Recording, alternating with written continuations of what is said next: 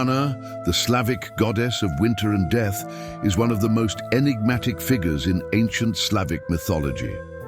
Representing the harsh cold, decay, and the inevitable cycle of life and death, she was both feared and respected.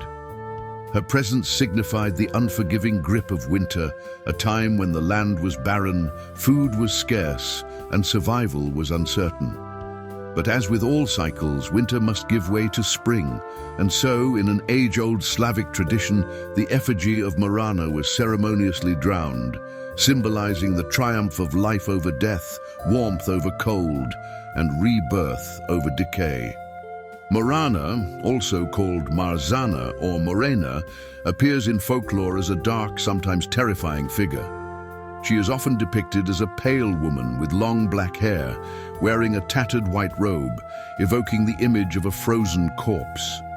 In some legends, she is an old, skeletal crone, reinforcing her connection to death and the passing of time. She ruled over Nav, the realm of the dead, and was closely tied to the cycles of nature, much like the Greek Persephone or the Norse Hel.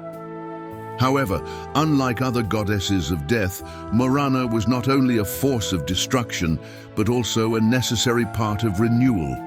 The harshness of winter prepared the land for the vibrance of spring, making her role crucial in the eternal balance of nature.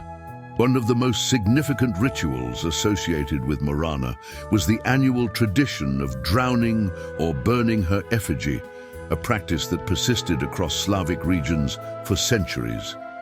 This event, which usually took place around the spring equinox, marked the transition from winter to spring.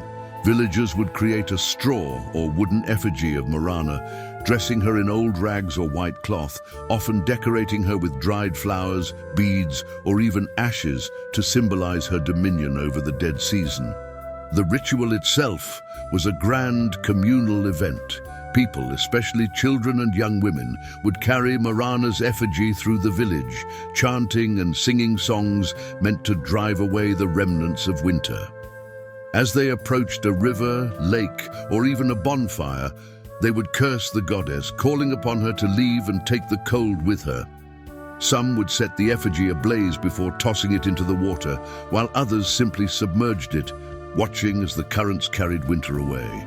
This symbolic act was believed to bring good fortune, ensure a bountiful harvest, and protect the village from illness and misfortune. The tradition of drowning Morana has survived in many Slavic countries, blending with Christian customs and evolving into modern folk festivals. In Poland, Czechia, and Slovakia, the ritual is still performed in a playful manner, with school children crafting small Marzanna dolls and throwing them into rivers, laughing as they watch winter drift away.